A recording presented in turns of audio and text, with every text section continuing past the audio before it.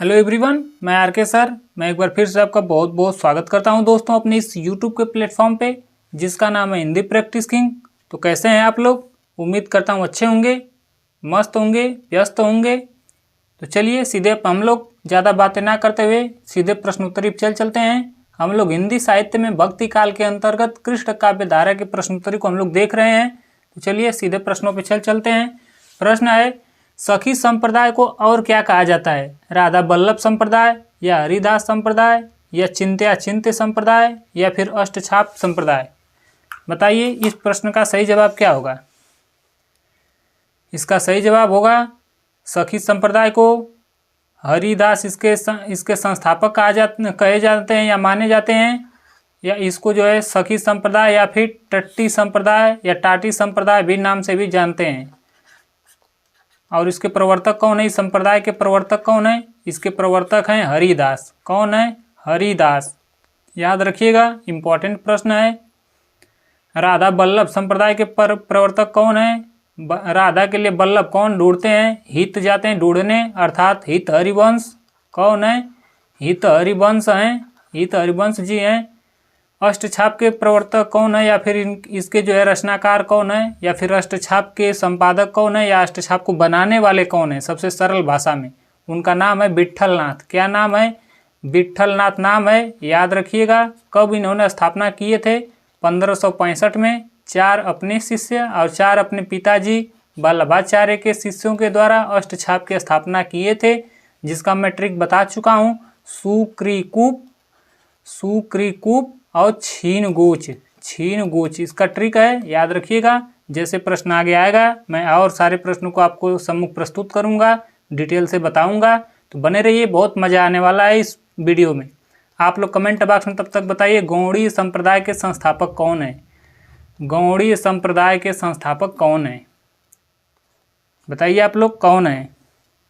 इसका सही जवाब हो जाएगा चैतन्य महाप्रभु। कौन है? चैतन्य महाप्रभु। चलिए अगले प्रश्नों की ओर बढ़ चलते हम लोग। अगला प्रश्न है, वृंदावन में मीराबाई की मुलाकात किस कृष्ण भक्त से हुई थी? बताइए आप लोग। इसमें मीराबाई के बारे में बताइए, किस जो है कृष्ण भक्त से हुई? किससे हुई थी? छीत स्वामी से हुई थी, या रूप गोस्वामी से, या गोविंद स्वामी से, या फिर जीव गोस्वामी से? तब तक बताइए, तब तक मैं मीराबाई के बारे में कुछ बता दे रहा हूँ। इनका जन्म कब हुआ था? इनका जन्म जो है ज़्यादातर मान्य मत तो 1516 में, यानी 1516 में ज़्यादा मान्य मत है, यानी कि सर्वमान्य है। लेकिन आप लोग अगर गूगल बाबा से पूछेंगे या देखेंगे तो उस पर आप लोग को इनका जन्म जो है कब दिखाएगा? 1498 ईस्वी में दिखाएगा, और 1516 में इनका विवाह दिखाएगा। कहाँ? गूगल बाबा पे। लेकिन सर्वमान्य मत क्या? हिंदी साहित्य के अनुसार 1516। तो इसलिए आप लोग जाइएगा एग्जाम हॉल में तो सबसे सर्वप्रथम आप लोग 1516 को जो है ढूंढिएगा। अगर ऑप्शन में न दिया हो तब 1400, अगर 98 दिया हो तो लगाइएगा, नहीं दिया हो तो फिर 1516 ही एक न एक देगा ही। लेकिन ज़्यादातर 98% चांस में 1516 ही देगा। तो इसलिए इनका जन्म कब माना जाता है? 1516 ईस्वी में माना जाता है। और भी मैं मीराबाई के बारे में पूरा डिटेल बता दे रहा हूँ, यहीं पे इनका पोस्टमार्टम कर दे रहा हूँ।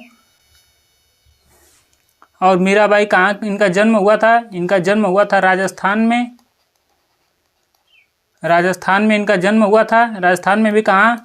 मेड़ता नामक जिला में, मेड़ता। और मेड़ता में अगर गांव पूछ दे, जैसे यूपीपी 2024 के प्रश्न में आया, वो प्रश्न है कि इनके गांव का नाम क्या है, मीराबाई का जन्म कहाँ हुआ था? तो कुड़की नामक गांव पे। कहाँ पे? कुड़की नामक गांव में इनका जन्म हुआ था। यह इनकी ग्राम स्थली है, यानी ग्राम जन्म स्थली है। आप लोग इनके जन्म से मुझे याद आ गया, इनका जन्म जो है गूगल बाबा के अनुसार 1498 है। तो आप लोग बताइए, इन्हीं से रिलेटेड है कबीरदास। कबीर का जन्म कब हुआ था? बताइए आप लोग कमेंट बॉक्स में। ऑप्शन में दे रहा हूँ, 1398, 1498, 1598। बताइए आप लोग।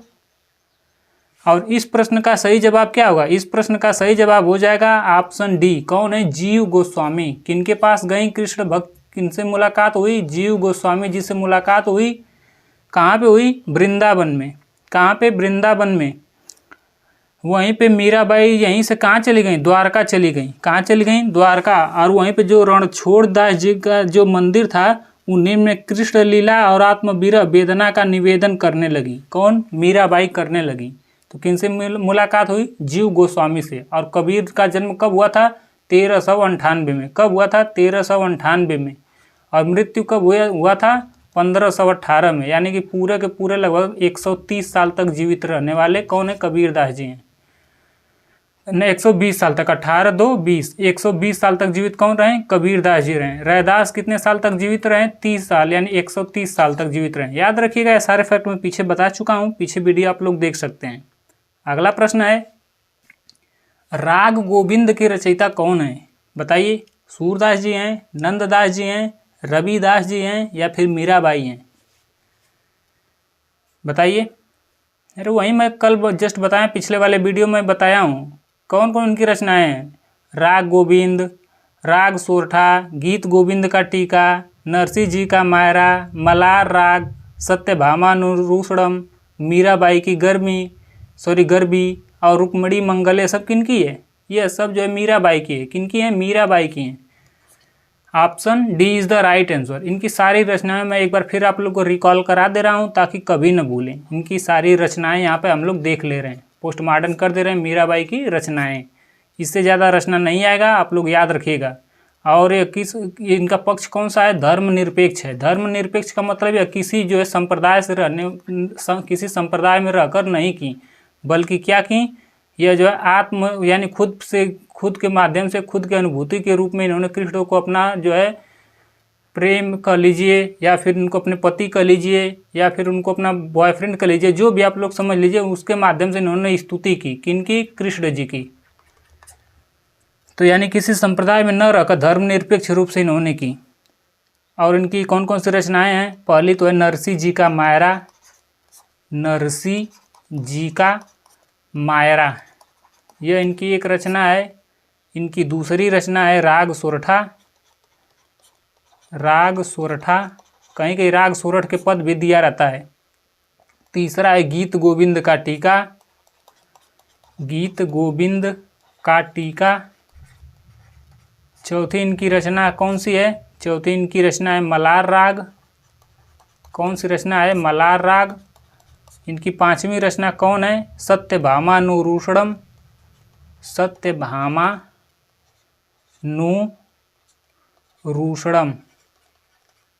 रूषणम इनकी यह एक है। और इनकी अगली रचना है मीरा की गरबी। और इनकी लास्ट रचना है रुक्मिणी मंगल इत्यादि इनकी रचनाएं हैं। किनकी? मीराबाई की। यहाँ पे पूरा पोस्ट मॉडर्न में इनकी रचनाओं को कर दिया हूँ, याद रखिएगा। अच्छा प्रश्न है। इनकी भक्ति भावना कौन सी रही? इनकी भक्ति भावना अगर पूछ दे तो माधुर्य भाव की रही, माधुर्य भाव की, यानी कि कृष्ण जी को अपना पति मानती थी। मेरे तो गिरधर गोपाल दूसरे ना कोई, सीधे कहती थी कि मुझसे भाई दूसरे की भक्ति नहीं होगी, मेरे जो को हैं सब कुछ कृष्णदास ही हैं, यानी कृष्ण जी ही हैं। चलिए अगला प्रश्न है, मीराबाई की उपासना पद्धति कैसी थी? जस्ट मैं अभी बताया हूँ, जस्ट अगर ध्यान दिए होंगे तो आप लोग कर ले जाएंगे। मीराबाई की उपासना कैसी थी? सखा भाव की थी, या फिर पुष्टि मार्ग की थी, या फिर माधुर्य भाव की थी, या फिर सुनने में जो अच्छी यानी कि हरि भक्ति परत थी, ऐसी थी? ये देखिए कई एग्जाम में आया हुआ प्रश्न है, KBS में आया है, MP उच्च माध्यमिक में आया है, नेट में आया है, बहुत सारे प्रश्न में आया है। इसका सही जवाब हो जाएगा कैसी इनकी भक्ति थी? माधुर्य भाव की थी, यानी कृष्ण को अपने पति के रूप में स्वीकार करती थी कि मेरे दूजा कोई नहीं, बस जो भी हैं सो कृष्ण ही हैं, जो भी हैं बाबू सोना जादू टोना सब क्या हैं? कृष्ण जी ही हैं। ऐसा कौन मानती? मीरा जी मानती हैं। और इनकी रचनाओं में अभी जस्ट बताया हूँ, एक बार मैं रिकॉल दोबारा करा दे रहा हूँ, ऐसे ही बता दे रहा हूँ ताकि आपको याद हो जाए। गीत गोविंद का टीका, नरसिंह जी का मायरा, राग सोरठा, राग गोविंद, मलार राग, सत्यभामानुरूषणम, मीराबाई की गरबी, रुक्मिणी मंगल इत्यादि इनकी रचनाएं हैं। चलिए अगले प्रश्नों की ओर बढ़ चलते हम लोग। अगला प्रश्न है, तुम म्हारे घर आओ जी प्रीतम प्यारा, यानी यहाँ पे आप देख रहे हैं म्हारे घर आ जाओ, यानी पहले आप लोग भाषा से ही पहचान लेंगे कि किन की रचना है? मीराबाई की है। राजस्थान में कौन जन्म ली? मीराबाई। 1516 ईस्वी में जन्म लेने वाली, राजस्थान में भी कहाँ? मेड़ता में। मेड़ता जिला के अंदर गांव पूछ दे तो कुड़की गांव में, बिल्कुल डीपली मैं बता दूंगा आपको, कुड़की गांव में उनका जन्म हुआ था।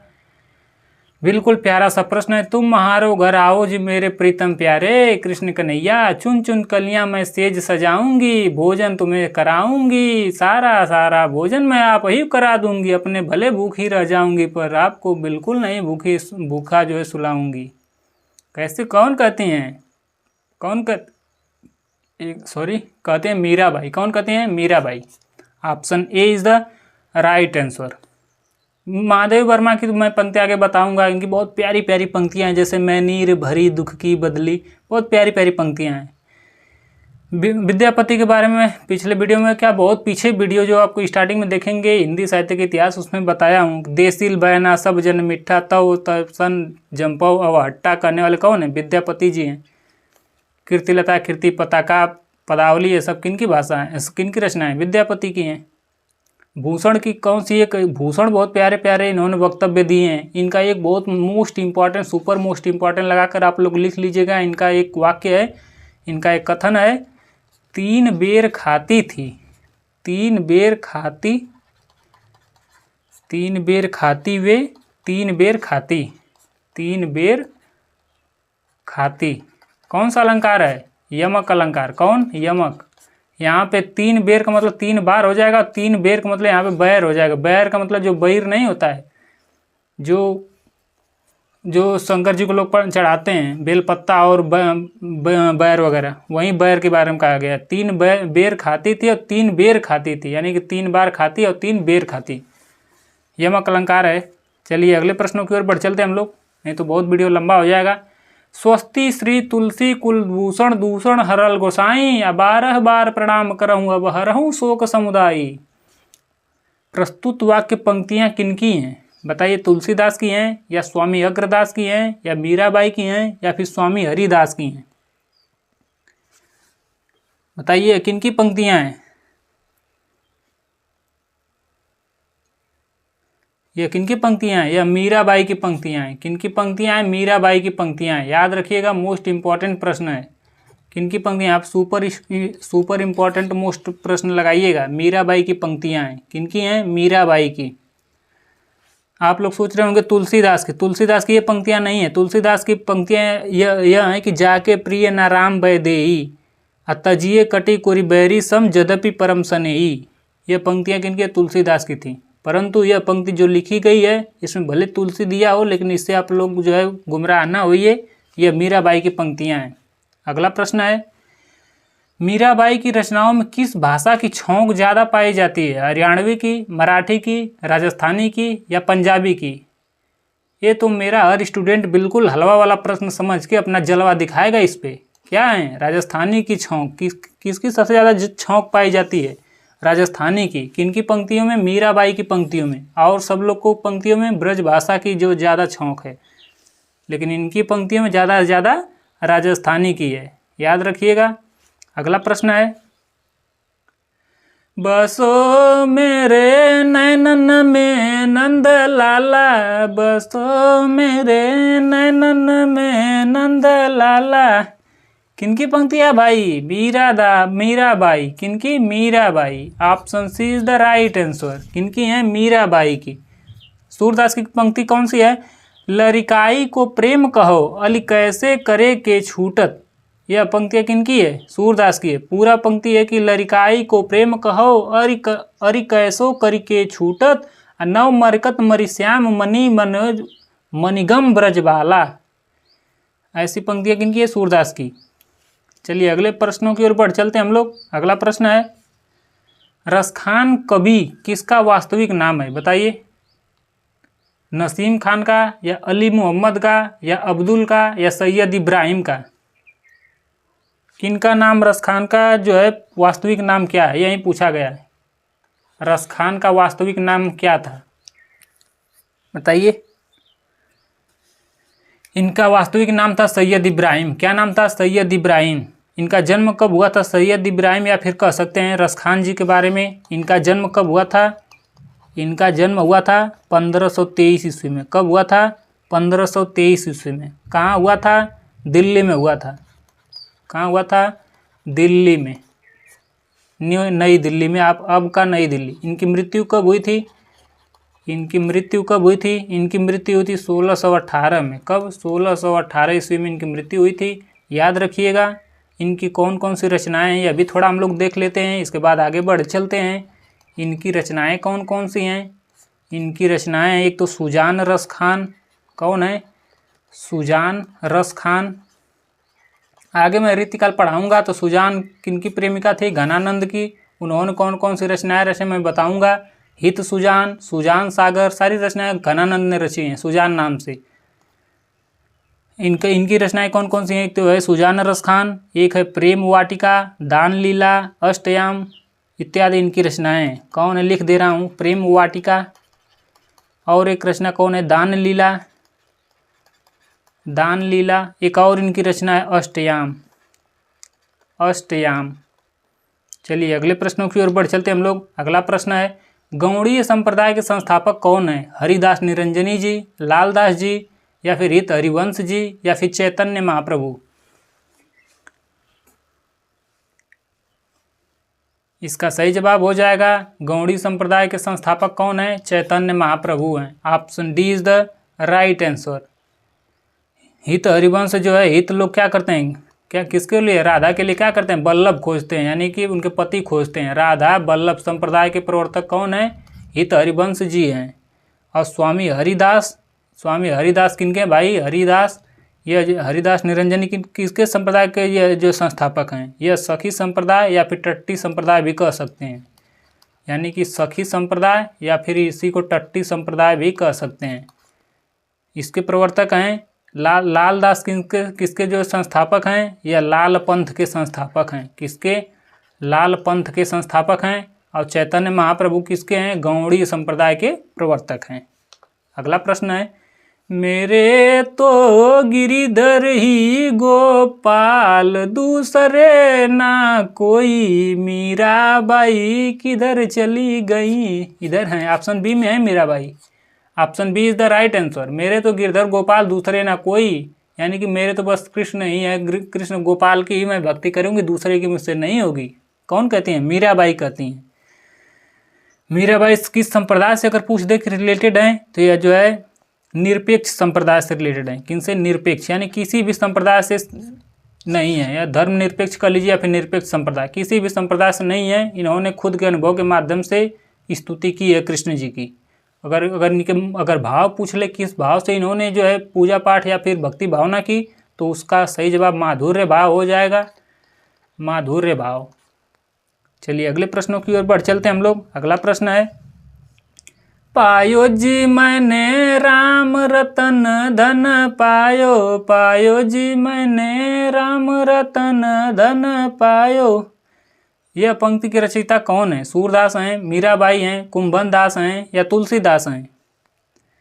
वही जानने माना नाम मीराबाई जिंदाबाद। मीराबाई की पंक्ति, पायो जी मैंने राम रतन धन पायो, राम रतन धन पायो, किनकी पंक्ति? मीराबाई की है। पिक्चर भी इस पे बनी है। इसका सही जवाब क्या हो जाएगा? मीराबाई। इनकी रचनाएं कौन कौन सी हैं? गीत गोविंद का टीका, नरसिंह जी का मायरा, मलार राग, राग गोविंद, सत्यभामा नूरूषणम, मीराबाई की गरबी, रुक्मिणी मंगल इत्यादि किनकी? मीराबाई की रचनाएं हैं। चलिए अगले प्रश्नों की ओर बढ़ चलते हैं हम लोग।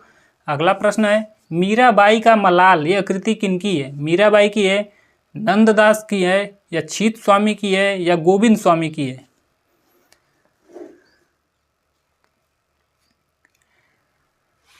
इसका सही जवाब हो जाएगा यह किनकी रचना है? यह मीराबाई की रचना है। किनकी रचना है? मीराबाई की मलाल कर लीजिए, मीराबाई की गरबी कर लीजिए, सत्यभामा नूरूषणम कर लीजिए, गीत गोविंद का टीका कर लीजिए, राग गोविंद कर लीजिए, मलार राग कर लीजिए। यह सब किनकी रचनाएं? यह सब मीराबाई की रचनाएं हैं।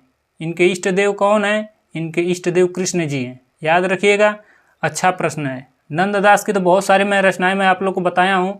नंददास के बारे में जानते हैं, आठों पहर करते हैं, यानी कि अष्टयाम, रास हाँ अष्टयाम है, बिल्कुल सही बात है। चलिए अगले प्रश्नों की ओर बढ़ चलते हैं हम लोग। छीत स्वामी किनके हैं? छीन गोच, ट्रिक है ये छीन गोच। याद आप लोग को कुछ आ रहा है? छीन गोच, छी से हो गया छीत स्वामी, छीन गोच में छीत स्वामी। अगला प्रश्न है वल्लभाचार्य के शिष्य हैं। पुष्टि मार्ग मत के प्रवर्तन का श्रेय निम्नलिखित वैष्णवों में किसे दिया जाता है? बताइए, पुष्टि मार्ग मत का प्रवर्तन करने का श्रेय किसे दिया जाता है? निम्बार्काचार्य को, मध्वाचार्य को, वल्लभाचार्य को या रामानुजाचार्य को?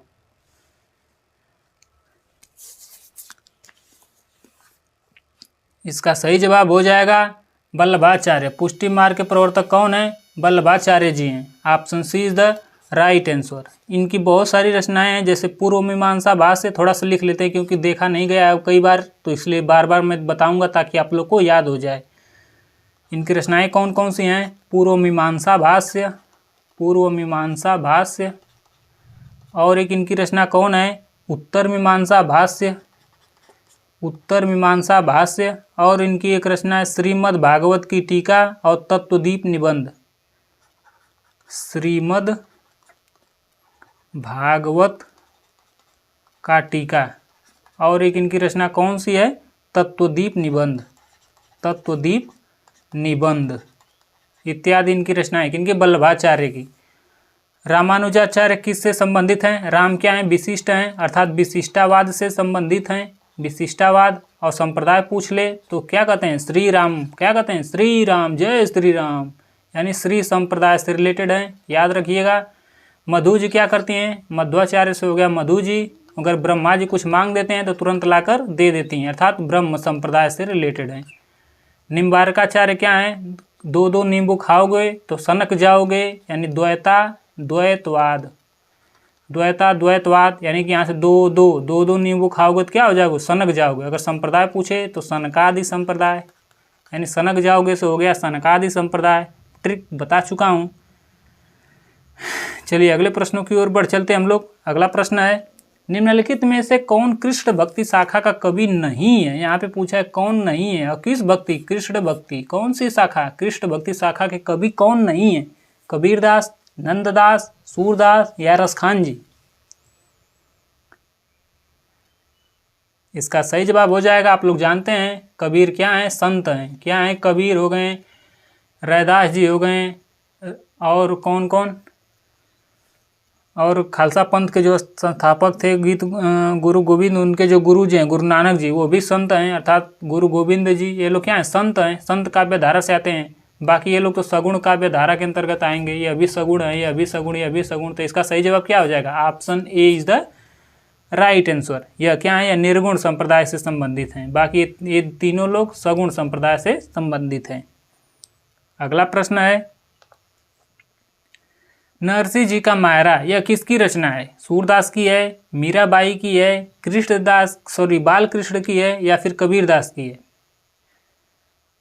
नरसिंह जी का मायरा, सत्यभामानुरूषणम, राग सोरठा, यह सब किनकी रचना है? मैं क्या बताया हूँ?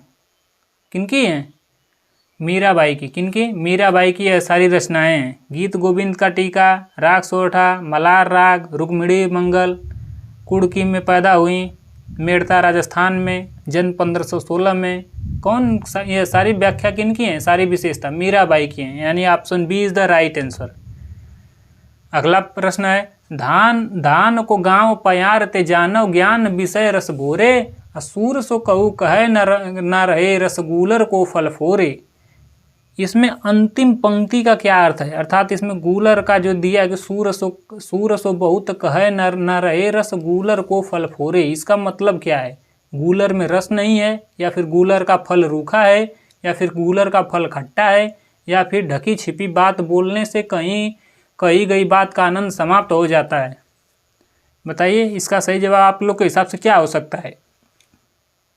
आप लोग सोच रहे हैं कि मैं व्याख्या बताऊं तब आप लोग बताएंगे। ठीक है, कोई बात नहीं, मैं तो व्याख्याकार हूँ ही, मैं बता देता हूँ। इसमें कहा गया है कि जो धान को गांव प्यार, इसमें इसका मतलब है कि ज्ञान को समझने के लिए उसे प्रेम व समर्पण से जानना चाहिए। जैसे गांव के लोगों का प्यार जो है धान के खेतों और खलिहानों को याद करके किया जाता है, ठीक उसी तरह ज्ञान केवल किताबों से ही नहीं बल्कि प्रेम व अनुभव से भी होता है। तथा सूर्य की कविता में बहुत कुछ कहते हैं, जैसे उनमें प्रेम और भावना का रस ही नहीं रहता, बल्कि जिस तरह से गूलर का फल जो है, गूलर का फल पकने के बाद फट जाता है, उसी तरह ज्ञान को जानने से अच्छा ज्ञान को जानना ही अच्छा नहीं माना जाता, बल्कि प्रेम व अनुभव से यानी कि मन से जानना ही अच्छा माना जाता है। यानी कि इसमें क्या हो सकता है, आप लोग के अनुसार क्या हो सकता है? यानी कि जो ज्ञान है वह जो है बस किताबी ज्ञान से ही ज्ञान नहीं माना जाता है, बल्कि अनुभव और प्रेम से भी माना जाता है। अर्थात जो ढकी छिपी बात है उसको कह देने से ही नहीं होता है, उसको कह देने से क्या हो जाता है, वह आनंद जो उसके अंदर ढकी छिपी बात का आनंद क्या हो जाता है, समाप्त हो जाता है। इसमें ऐसा तो कोई लिखा नहीं कि उसका जो है रस नहीं होता है या फिर फल खट्टा है, इसमें भी नहीं कहा गया है रूखा है खट्टा है, या तो कहा नहीं गया है कहीं भी, इसमें देखिए नहीं लिखा गया है। इसमें कहा है गूलर का फल फोरे, जिस तरह से गूलर का फल जो है फूट जाता है उसी तरह से कोई बात क्या हो जाती है, खुल जाए तो आनंद समाप्त हो जाता है। Option D is the right answer. थोड़ा सा दिमाग लगाइए, सही कर ले जाइए। मैं तो पूरी पंक्ति के बारे में पूरा डिटेल से बता दिया हूँ। अगला प्रश्न है, मीरा की कविता के संबंध में कौन सी बात गलत है? यहाँ पे अनुपयुक्त दिया है, कौन सी बात गलत है, किनके बारे में? मीराबाई के बारे में। और मीराबाई के बारे में भी क्या, उनके कविता के बारे में, मीरा की कविता के बारे में कौन सी बात गलत है? मीरा के काव्य में बिछोह की तड़पन ज़्यादा है, यह बात सत्य है? या फिर मीरा का प्रेम परिवार से निरंतर तिरस्कार पाता है, यह बात सत्य है, गलत है? या फिर मीरा के काव्य में रहस्य की अनुभूति का रंग है, यह बात सत्य है? या फिर मीरा का विद्रोह साध्य है लेकिन साधन नहीं? बताइए, सोच समझ के बताइए, क्योंकि देखिए राजस्थान के प्रश्न में आया हुआ, वो भी असिस्टेंट प्रोफेसर 2020 में ही आया है, तो आप लोग समझ सकते हैं कि इसका लेवल क्या है। मैं जो प्रश्न कराता हूँ लेवल से कराता हूँ, और वो अभी राजस्थान जैसे बोर्ड एग्जाम में आया हो तो सोच सकते हैं, वो भी असिस्टेंट प्रोफेसर में। इसमें क्या है कि मीराबाई में तड़पन ज़्यादा है, बिल्कुल सही बात है कृष्ण के प्रति। मीरा का प्रेम परिवार से निरंतर तिरस्कार पाता है, बिल्कुल सही बात है, वह छोड़कर चली जाती है अपना घर परिवार, बल्कि राज परिवार में जो है क्षत्रिय परिवार में इन्होंने जन्म लिया था, लेकिन फिर भी उनका शादी हुआ वो भी क्षत्रिय बढ़िया परिवार में, राज परिवार में, लेकिन क्या हुआ वहाँ तिरस्कार पाई गई और वहाँ क्या गए, छोड़कर चली गई घर। मीरा के काव्य में रहस्य की अनुभूति का रंग है, नहीं भाई, क्या रहस्य है ना, सॉरी हाँ, अपने अनुसार ही तो लिखी हैं, किसी जो है संप्रदाय से नहीं है, उनके रहस्य है, बिल्कुल सही बात है। मीरा का विद्रोह साध्य है, बिल्कुल सही बात है, उनका जो विद्रोह है वह साध्य है, बिल्कुल बात है, लेकिन साधन नहीं, यह गलत बात है। उनका जो विद्रोह साधन भी तो है, जो विद्रोह हुआ इसीलिए तो उन्होंने तो कृष्ण की पूजा की, यही एक बात गलत है, लोग यहाँ पे नहीं दे दिया, यही बात गलत है। क्या क्यों, उनका एक साधन भी तो बन गया, साध्य तो बिल्कुल है लेकिन साधन नहीं, यही बात गलत दिया है। उनका विद्रोह हुआ तभी तो जाकर पूजा की, जैसे नहीं होता है ठुकरा के मेरा प्यार मेरा इंतकाम देखोगी, तो साधन ही तो एक तरह से है आपको IAS बनाने में। चलिए अगले प्रश्नों की ओर बढ़ चलते हैं। इस तरह से इसका सही जवाब क्या हो जाएगा, एक साधन भी है, यही एक बात इसमें गलत है, बाकी सारे बात इनकी सही है। अगला प्रश्न है, या ब्रज में कुछ देखो री टोना पद में प्रयुक्त पंक्ति ले लेहू री कोई श्याम सलोना के माध्यम से क्या संकेत किया गया है? आवाज लगाकर दही बेचना, या गुजरिया की विक्रय कुशलता, या प्रेमावेग के वर्तमान का विस्मरण है, या फिर विरह पीड़ा में कृष्ण को बेचने का भाव है? बताइए इस पंक्ति का मतलब क्या है? इस पंक्ति में मीरा जी कहते हैं, कौन कहते हैं पहले तो जान लीजिए कि पंक्ति किन की है, मीराबाई की है। उनको अपने श्याम सलोने के बारे में बोल रही हैं, क्या बोल रही हैं, यह कहते हैं कि लगता है किसी ने उनके ऊपर जादू टोना कर दिया है, वह जो है दही बेचने घर से निकलती हैं, किंतु आगे जाने पर वह राह में इस श्याम में मिल जाती हैं, तो वह जो है क्या करती हैं, मीराबाई का शुद्ध बुद्ध खो जाता है और दही की जगह श्याम सलोना को ही लगता है कि मैं बेच रही हूँ। ऐसा कौन कहते हैं, मीराबाई कहते हैं कि मुझ पे क्या कर दिया है, लगता है कोई ब्रज मुझ पे जादू टोना कर दिए हैं कृष्ण जी। तो इसमें क्या है, इसका सही जवाब बताइए, इसमें क्या है? इसमें जो प्रेमावेग के माध्यम से वर्तमान उनके समय में क्या स्थिति उसी के बारे में तो बता रही हैं मीराबाई। लग रहा है कि मुझ पे कोई जो है जादू टोना कर दिया है, मैं दही बेचने जाती हूँ तो शुद्ध बुद्ध खो जाती हूँ और कृष्ण में ही घुल मिल जाती हूँ, श्याम सलोने में ही, और ऐसा लग रहा है कि लेहुरी कोई श्याम सलोना, मैं अपने श्याम को ही बेचने चली जा रही हूँ, दिन भर बेचते बेचते गुम हो जा रही हूँ, यानी उनके ख्यालों में ही खो जा रही हूँ। ऐसा कौन कहती है, ऐसा मीराबाई कहती हैं, यानी कि option C is the right answer. अगला प्रश्न है, जोगी मत जा मत जा मत जा। इस पंक्ति में जोगी से मीराबाई का क्या अभिप्राय है? जोगी किनके लिए कहती हैं? कृष्ण जी के लिए, उद्धव जी के लिए, योगी के लिए या गोरखनाथ जी के लिए? इसका सही जवाब होगा कृष्ण जी के लिए। कृष्ण जी को और क्या कहते हैं? जोगिया कह देती हैं, रावल कह देती हैं इत्यादि। कौन कहती हैं? मीराबाई कहती हैं कि तुम मेरे जोगिया हो भाई। गाना ना, जोगिया रे, कैसे गाना है ना, ऐसा है ना कुछ। और उनको ये रावल भी कहती हैं। चलिए अगले प्रश्नों की ओर बढ़ चलते हैं। कृष्ण जी के बारे में भाई कहेंगी कि मत जाइए मत जाइए। अगला प्रश्न है, गोकुल सबय गोपाल उपासी, जोग अंश साधत जे उधव, ते सबत ईसतपुर ईसपुर काशी। सबत ईसपुर काशी, इसमें क्या है? ईसपुर से क्या मतलब है? इसमें ये पूछा गया है कि जो ईसपुर है इससे क्या मतलब है? गोकुल सबय गोपाल उपासी, जोग अंग साधत जे उधो, ते सब बसत ईसपुर काशी। इसमें ईसपुर से क्या मतलब है? शिव की नगरी या विष्णु की नगरी या देवताओं की नगरी या कृष्ण जी की नगरी? बताइए। यह कहाँ से लिया गया है? यह भ्रमर गीत से लिया गया है। कहाँ से लिया गया है? भ्रमर गीत से लिया गया है। और इसका मतलब क्या है? इसका मतलब है शिव की नगरी। क्या मतलब है? ईसपुर से शिव की नगरी। आज से आप लोग काशी को ईसपुर भी कह सकते हैं, अर्थात शिव की नगरी कहाँ है? काशी है, और उसको आप लोग ईसपुर भी कह सकते हैं। इसमें कहा क्या गया है? इसमें गोपियाँ कहती हैं कि हे उद्धव, गोकुल के सब लोग कृष्ण के उपासक हैं। आप तो हम लोगों को अष्टांग योग की शिक्षा दे रहे हैं, लेकिन अष्टांग योग की साधना करने वाले तो शंकर की नगरी में निवास करते हैं। लोग जो अष्टांग योग के मार्ग के प्रवर्तन करते हैं वो तो भाई शिव की नगरी में, यानी कि ईसपुर काशी में बसने वाले लोग हैं। तो उद्धव जी आप ऐसी जो है बातें हमें न बताइए। हम क्या हैं? कृष्ण के ही सब कुछ हैं। ऐसा कौन कहते हैं? गोपियाँ कहते हैं। यानी गोपियों का संवाद, इसमें भ्रमर गीत है तो आप लोग समझ ही गए होंगे कि इसमें जो क्या है, गोपी और उद्धव का संवाद है। ईसपुर का मतलब शिव की नगरी हो जाएगा। Option A is the right answer हो जाएगा। अगला प्रश्न है, आए जोग सिखावन पाणे, यह सूरदास की तीनों नहीं उपज धनिया धान कुम्हाड़े। इस पंक्ति में तीनों का व्यंग अर्थ पूछा गया, यानी तीनों का अर्थ क्या है? धनिया धान कुम्हाड़े, इन तीनों का मतलब क्या है? धनिया धान कुम्हाड़ा है, या फिर प्रेमा भक्ति साधना, निर्गुण भक्ति साधना और योग भक्ति साधना है, या फिर भक्ति प्रकृति ज्ञान है, या फिर कृषि उपज हृदय की भाव और साधना है? बताइए। धनिया धान कुम्हाड़े का मतलब क्या है? बताइए। ये अभी जो है कहाँ से लिया गया है? ये अभी भ्रमर गीत से लिया गया है। कहाँ से? सूर सागर के भ्रमर गीत से लिया गया है। सूरदास की पंक्तियाँ हैं, तो आप समझ ही गए होंगे कि यह क्या है। इसमें किसका प्रसंग हो सकता है? आप लोग समझ सकते हैं किनका है? गोपियों और उद्धव जी का। तो इसमें कहा क्या गया है? इस दोहे के माध्यम से मैं आप लोग को बता दे रहा हूँ कि कहा क्या गया है। इसमें जो है गोपियाँ उद्धव जी पर तंज कसते हुए कहती हैं कि हे सखी देखो तो, योग शास्त्र की शिक्षा सिखाने के लिए पंडित जी आ गए हैं। ऐसा कौन कहते हैं? गोपियाँ कहती हैं कि उद्धव जी तुम अच्छी प्रकार से जानते हो कि धनिया दान और काशी फल, इन तीनों की खेती एक साथ पर होना संभव नहीं है।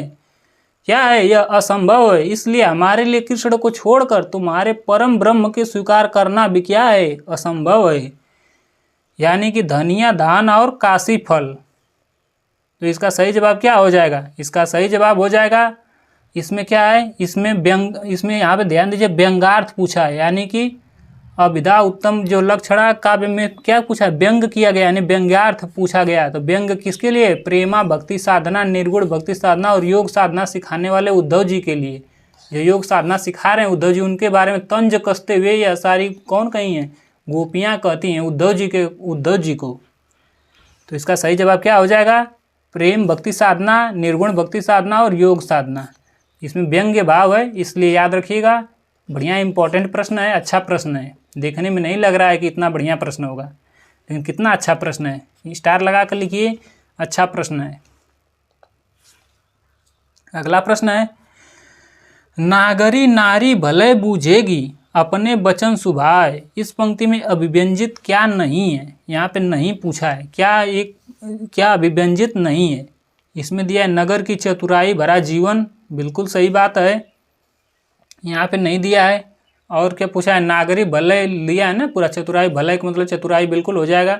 मथुरा की स्त्रियों का स्वभाव है, बिल्कुल सही बात है। गोपियों का असूया भाव, बिल्कुल सही भाव। यशोदा का कृष्ण प्रेम, नहीं, यहाँ पे कहीं नहीं पूछा गया। यहाँ पे लिखा गया नागरी भली बुझेगी अपने बचन सुभाए, यहाँ पे कहीं भी यशोदा जी का नाम नहीं आया है, तो ये गलत हो जाएगा। बाकी तीनों सही हो जाएगा। अगला प्रश्न आपके सामने प्रस्तुत हो जाएगा।